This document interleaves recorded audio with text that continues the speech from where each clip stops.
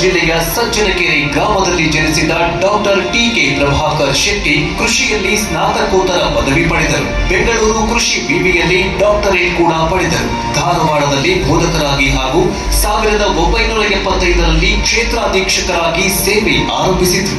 ಬೆಂಗಳೂರು ಕೃಷಿ ವಿಶ್ವವಿದ್ಯಾನಿಲಯದ ವಿವಿಧ ಹುದ್ದೆಗಳಲ್ಲಿ ಸೇವೆ ಸಲ್ಲಿಸಿ 2009ರಲ್ಲಿ ಸಂಶೋಧನಾ ಮತ್ತು ವಿಸ್ತರಣಾ ನಿರ್ದೇಶಕರಾಗಿ ನಿವೃತ್ತಿಯಾದರು.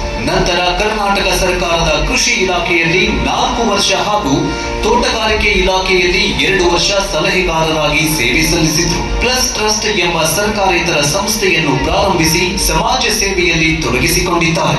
ಸುಸ್ಥಿರ ಉತ್ಪಾದನೆಯಲ್ಲಿ ಸ್ವಾಭಾವಿಕ ಸಂಪನ್ಮೂಲಗಳ ಸದ್ಬಳಕೆ, ಸಮಗ್ರ ಕೃಷಿ, ಬೀಜೋತ್ಪಾದನೆ, ಕೃಷಿಯಲ್ಲಿ ನೀರಿನ ಸದ್ಬಳಕೆ ಇತ್ಯಾದಿ ತಾಂತ್ರಿಕತೆಗಳನ್ನ ಅಭಿವೃದ್ಧಿ ಕುರಿತಂತೆ ಇವರ ಕಾರ್ಯಗಳು ಜನಪ್ರಿಯವಾಗಿವೆ. ತಂಬಾಕುಗೆ ಪರ್ಯಾಯ ಬೆಳೆ, ಭತ್ತದಲ್ಲಿ ಮೀನಿನ ಸಮಗ್ರ ಕೃಷಿ, ದಕ್ಷಿಣ ಕರ್ನಾಟಕದ 17 ಜಿಲ್ಲೆಯ 8631 ಜಿಲ್ಲಾ ಪಂಚಾಯತ್ ಕೆರೆಗಳ ಸದ್ಬಳಕೆಗೆ ರೂಪರೇಷೆಯಲ್ಲಿ ಡಾಕ್ಟರ್ ಟಿ.ಕೆ. ಪ್ರಭಾಕರ್ ಶೆಟ್ಟಿಯವರ ಪ್ರಮುಖ ಪಾತ್ರವಿದೆ.